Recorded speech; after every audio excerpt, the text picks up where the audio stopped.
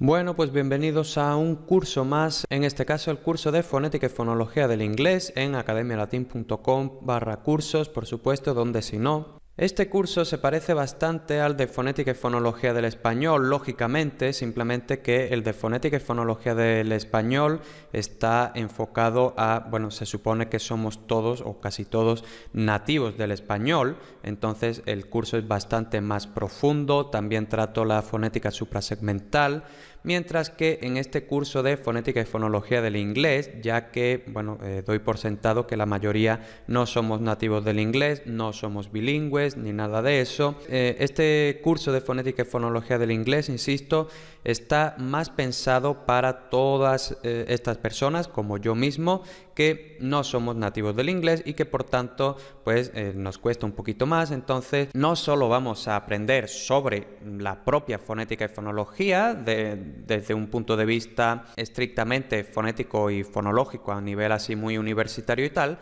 sino que este curso de hecho nos va a ayudar bastante a mejorar nuestra pronunciación en inglés. Yo de hecho cuando hice este curso en la universidad, el curso de fonética y fonología del inglés del grado de filología inglesa, estudios ingleses, como se llama ahora, pues a partir de entonces mejoré bastante mi pronunciación del inglés porque, bueno, simplemente había cosas de las que yo no era consciente. Entonces hay cosas de las que tú no eres consciente hasta que te las dicen y, bueno, a partir de entonces, lógicamente hay que hacer un esfuercito por incorporar todo eso a tu pronunciación, pero verás que este curso va a ser bastante útil.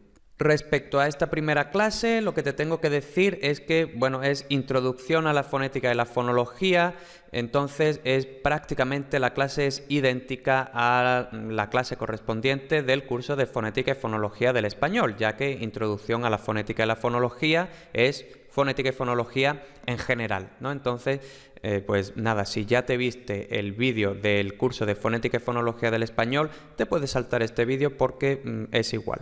¿Qué vamos a estudiar en esta clase? Pues esta clase, como es la primera, pues va a ser de introducción, van a ser cuestiones generales, así pues vamos a ver. Producción del habla, cómo se produce el habla, cómo se producen todos los sonidos lingüísticos. Vamos a hacer una introducción a qué es la fonética articulatoria, bueno, en general la fonética, la fonología y más en particular la fonética articulatoria. Vamos a ver un repaso a los órganos vocales, vocales con V, ojo, vocal con V quiere decir relativo a la voz. Y vamos a ver por último cómo es el proceso de producción del sonido. Entonces, comenzamos con la producción del habla. La comunicación tiene lugar a través de diversos medios, como todo el mundo sabe, pues la comunicación puede desarrollarse por escrito, mediante una lengua de signos, por ejemplo, agitar una bandera de una forma preestablecida, señales de humo, cualquier cosa, ¿no? Pero sin duda el habla es el medio de comunicación más importante y consiste en dos fases, la fase de transmisión y la fase de recepción. El habla es un proceso muy dinámico que involucra los cerebros del hablante, es decir, la persona que habla, y del oyente, o sea, la persona que oye, la persona que recibe esa comunicación. El cerebro, como hemos comentado ya en el curso de Lingüística General, contiene todo el conocimiento lingüístico.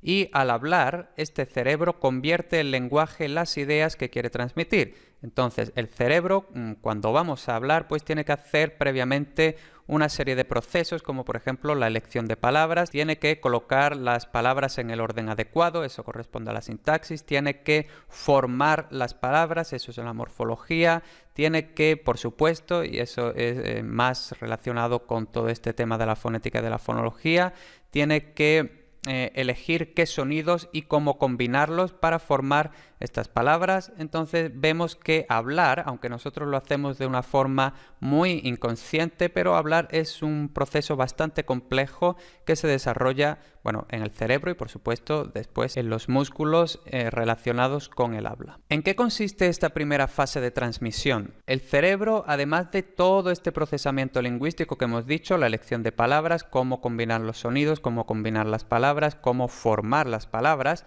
el cerebro del hablante envía genera un flujo continuo de instrucciones, es decir, envía una serie de impulsos nerviosos a los diferentes órganos que intervienen en el habla. Algunos de estos órganos, que vamos a ver con más detalle un poquito más adelante, son los pulmones, la laringe, el aparato respiratorio en general, los músculos en la cabeza y en el cuello, etc.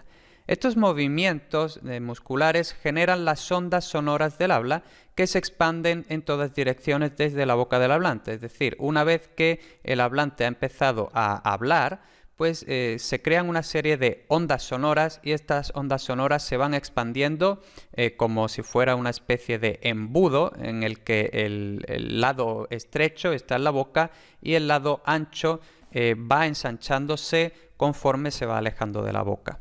La segunda y última fase de la producción del habla hemos dicho que es la fase de recepción, y esta fase de recepción es exactamente inversa a la fase de producción, es decir, se revierte el proceso de la fase de transmisión y cuando las ondas sonoras del habla llegan al oído del oyente, estas ondas sonoras provocan una serie de movimientos en el tímpano. El tímpano es este organito, es realmente una membrana que está en el oído, ¿no? Está dentro del oído, no demasiado dentro, pero lo suficientemente dentro, ¿no? Entonces, estas ondas sonoras producidas por el hablante llegan al oído, concretamente al tímpano del oyente, y entonces, como si fuera una especie de tambor, pues estas ondas sonoras golpean el tímpano.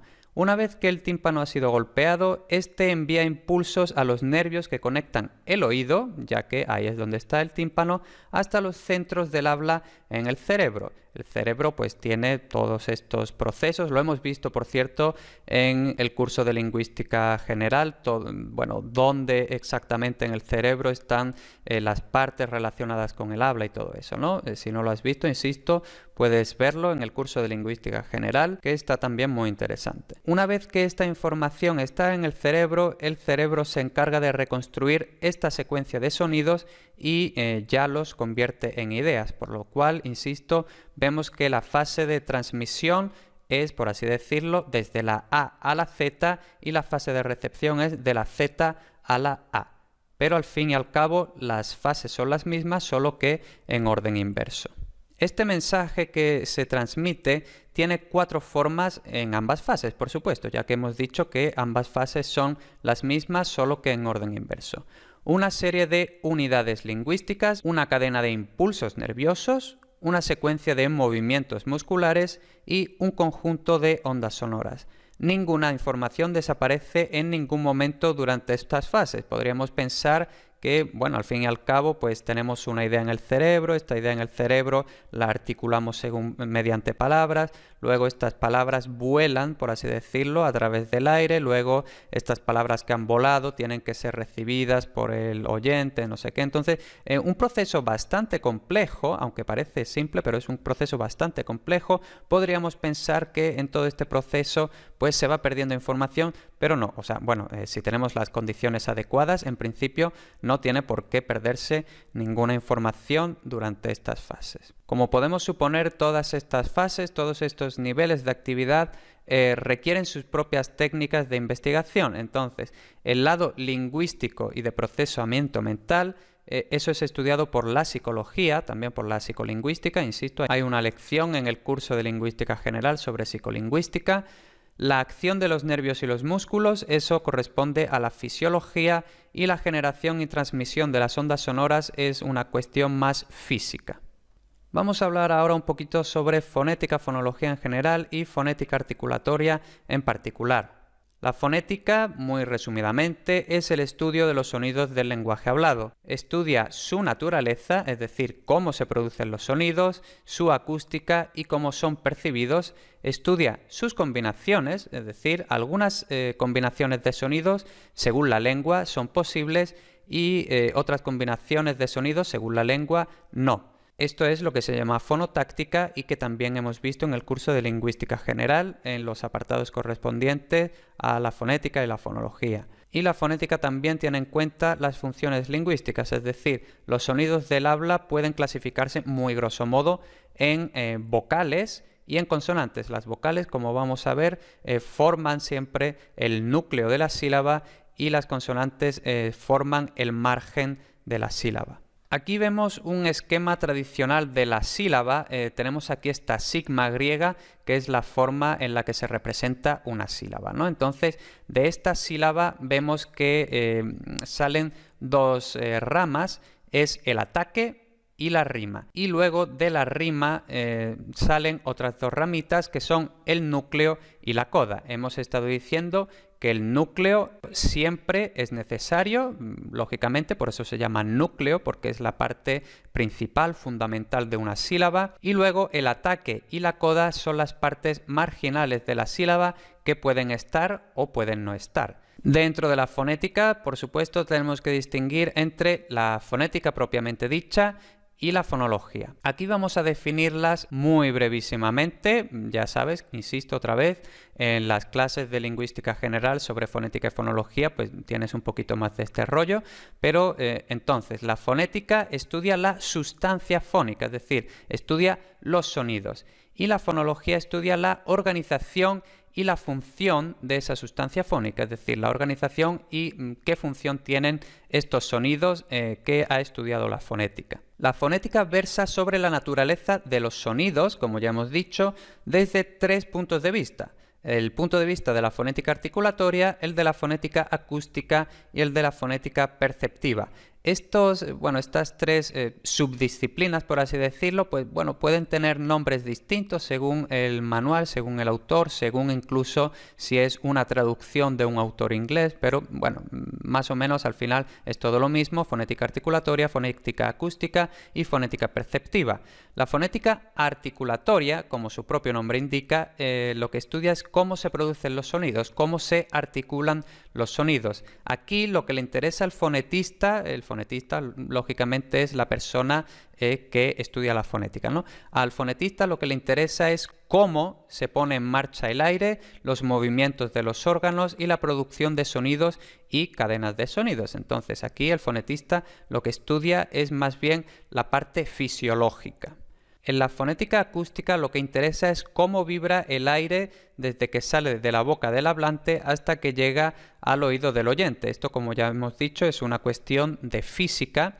Y por último, la fonética perceptiva, pues bueno, básicamente, como su propio nombre indica de forma clarísima, lo que estudia es cómo son percibidos los sonidos. Nosotros lo que vamos a ver principalmente en este curso es la fonética articulatoria, es lo que nos interesa a nosotros como lingüistas, como filólogos, es lo que más nos interesa a nosotros, la fonética articulatoria. Vamos a hacer ahora un repasito a los órganos vocales, cuya función primaria, como bueno, también hemos visto, por cierto, en el curso de lingüística general, no es la de hablar, sino la de respirar y la de comer. Por eso, por ejemplo, los bebés, cuando tienen una edad muy temprana, no pueden hablar, es decir, fisiológicamente ellos no pueden hablar simplemente porque todavía sus órganos vocales no están lo suficientemente desarrollados, la tráquea no está en posición correcta, todo esto, ¿no? Porque los bebés tienen que ser capaces de respirar y comer a la vez. Todavía no están preparados para hablar, ¿no? Ya luego esto se va desarrollando en los humanos y finalmente, pues sí, los humanos ya más creciditos, que no son bebés a una edad muy temprana, pues efectivamente pueden empezar a producir sonidos lingüísticos, y esto, como digo, la causa es que los órganos vocales en principio no están pensados para hablar, sino para respirar y para comer. Estos órganos los podemos agrupar, los podemos dividir, según muchos puntos de vista. Uno de los más útiles, a mí el que más coherente me parece, el que más útil me resulta, es este, ¿no? Dividir el mecanismo del habla en 4 partes principales. La primera de ellas, los pulmones; la segunda, la laringe; la tercera, las cavidades supraglóticas; y la cuarta, los articuladores.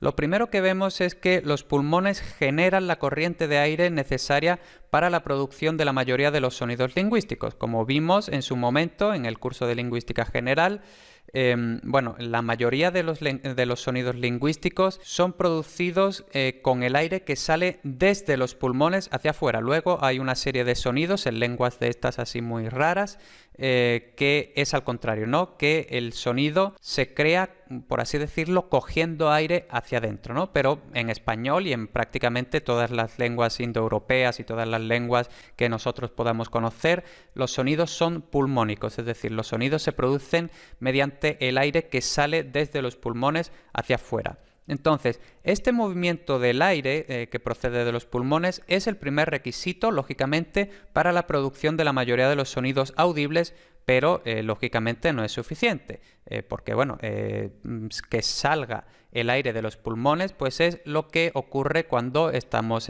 respirando, ¿no? Entonces, eso no es suficiente para poder hablar. Eso es suficiente para respirar, pero no para hablar. Para hablar necesitamos todos los demás órganos vocales que vamos a ver a continuación. Una vez que el aire sale de los pulmones, pues va hacia arriba, lógicamente, va a dirección a la boca y pasa por la laringe. La laringe es esta caja rígida formada por cartílagos que está justo encima de la tráquea. Lo importante realmente de la laringe es que dentro de ella, dentro de esta cajita, se encuentran las cuerdas vocales. Las cuerdas vocales, aunque en español las llamemos cuerdas vocales, realmente no son unas cuerdas, sino que son dos masas de músculo contrapuestas. Estas cuerdas vocales son los primeros órganos que intervienen en la corriente de aire, es decir, son los primeros órganos que modifican en la corriente del aire que procede de los pulmones, y el resultado dependerá de si estas cuerdas vocales o estas masas de músculo están abiertas o cerradas. Como posiblemente sepas, las cuerdas vocales son más largas y más pesadas en el hombre adulto que en las mujeres adultas y en los niños en general.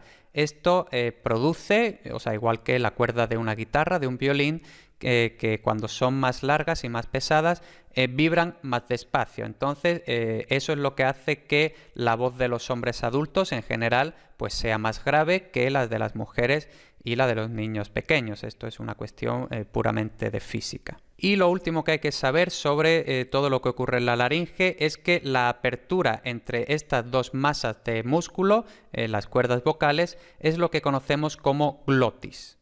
Y hablando de la glotis, vamos a ver las cavidades supraglóticas. Las cavidades supraglóticas no son ni más ni menos que todo lo que está por encima de la glotis, que acabamos de ver, que pues es la apertura que hay entre las cuerdas vocales. Las cuerdas vocales pues están más o menos a la altura de la nuez, entonces las cavidades supraglóticas es todo lo que está por encima, ¿no? Básicamente lo que está en la cabeza.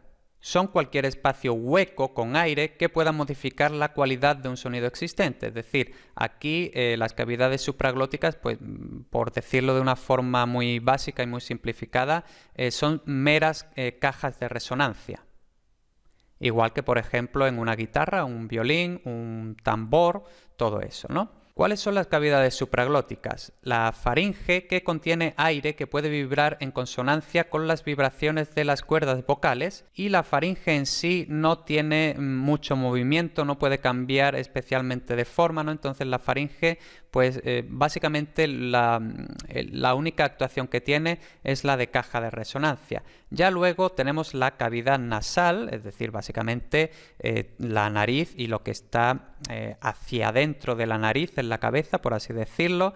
La cavidad nasal también es casi fija en tamaño y forma, es decir, no puede agrandarse mucho, no puede cambiar su forma, pero también tenemos que su única contribución al habla es una cuestión de resonancia. Un poquito más adelante veremos que cuando el aire sale por la nariz, pues esto tiene un efecto en las vocales, o bueno, también hay algunas consonantes en las que el aire sale por la nariz, pero tiene un efecto en las vocales, ¿no? Y sin duda la cavidad supraglótica más importante es la oral, es decir, la boca, porque es la más variable tanto en tamaño y en su forma, bueno, pues gracias a la gran movilidad de sus órganos, especialmente la lengua.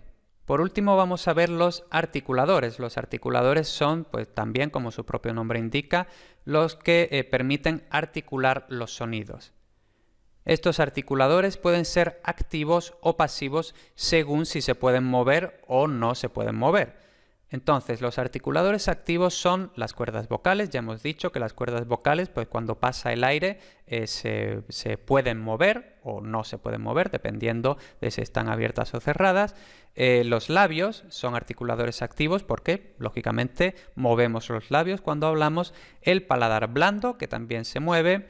Y la lengua, que sin duda es la gran protagonista de los articuladores. Y luego los articuladores pasivos son los que no tienen movimientos, es decir, los dientes, el paladar duro y los alvéolos. Esto lo explico de forma así resumida porque, insisto, esto está un poquito más desarrollado y bueno, con su dibujito y todo en la clase de fonética del curso de Lingüística General.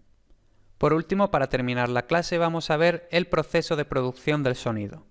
Ya hemos dicho que el primer requisito para producir el sonido es mover el aire, es decir, pues este aire sale desde los pulmones hacia afuera y por el camino pues va siendo modificado por todos estos órganos que hemos visto. Mover el aire es el primer requisito, insisto, pero no suficiente para producir sonido audible. Es necesaria pues la interferencia con la corriente del aire que ha salido de los pulmones y esta interferencia puede ser básicamente de tres tipos. En su momento veremos que esto se puede detallar más, pero de momento nos vale con saber que existen tres tipos de interferencia: un cierre completo del paso del aire, una oclusión completa del paso del aire, es decir, se cierran por completo los órganos y el aire queda atrapado, y cuando se vuelven a abrir los órganos, entonces el aire sale. Luego, un estrechamiento del paso del aire hasta el punto de que se produce una fricción, es decir, los órganos se cierran muchísimo pero sin llegar a cerrarse completamente, y entonces cuando pasa el aire entre estos órganos que están muy cerrados pero no completamente, se produce una fricción. Y luego tenemos otras posiciones que son más abiertas, que básicamente son las vocales. Insisto, en su momento veremos esto con más detalle, pero de momento nos vale con esto. Estos tipos de interferencia con la corriente de aire pueden tener lugar en las cuerdas vocales, en la faringe, en la nariz, en la boca, dependiendo de la posición del paladar blando. El paladar blando es lo que comúnmente se conoce como el velo del paladar, es decir, si nosotros ponemos la punta de la lengua en los dientes y vamos yendo hacia atrás en la boca, pues tenemos los dientes, tenemos luego esta superficie rugosa, que esos son los alvéolos, luego tenemos una superficie totalmente dura, eso es el paladar duro, y ya si seguimos tenemos una superficie que también es lisa como el paladar duro, pero ya es más blandita. Pues eso es el paladar blando, el velo del paladar, ¿no? Entonces, dentro del, no dentro, sino corresponde al paladar blando, al velo del paladar, lo que llamamos comúnmente la campanilla, que técnicamente se conoce como úvula, ¿no? Entonces, según la posición de este paladar blando, podemos tener diversos resultados. Entonces, si este paladar blando está bajado, el aire puede escapar tanto por la boca como por la nariz. Esto es lo que ocurre, por ejemplo, cuando respiramos de forma normal o en las vocales nasalizadas, por ejemplo, del francés o del portugués. No es lo mismo en francés beau, que significa bello, que bon, que tenemos esta on nasalizada en la que el aire ha salido tanto por la boca como por la nariz y eso significa bueno. Luego, si tenemos que el paladar blando está bajado y además cerramos por completo la boca, pues el aire solo puede salir por la nariz. Entonces esto es lo que ocurre, por ejemplo, con las consonantes nasales, es decir, la N. Entonces en la N tenemos que la punta de la lengua cierra por completo el paso del aire por la boca porque la lengua está cerrando, insisto, con los alvéolos. Entonces no hay ni un poquito de aire que salga por la boca. Entonces, pues en la N todo, y de hecho, lo puedes comprobar tú mismo. Ponte la mano delante de la boca y pronuncia N. Verás que no sale nada de aire por la boca, sino que todo sale por la nariz. Luego en la M, pues la M es bilabial, es decir, la obstrucción completa, la oclusión completa pues se produce con los dos labios. Entonces, pues, básicamente has cerrado por completo la boca, por lo cual, lógicamente, no puede salir el aire por la boca y solo sale por la nariz. Y por último, si el paladar blando está levantado, eso pues está cerrando el paso del aire hacia la nariz, por lo que el aire solo puede salir por la boca, que bueno, pues es la mayoría de los sonidos.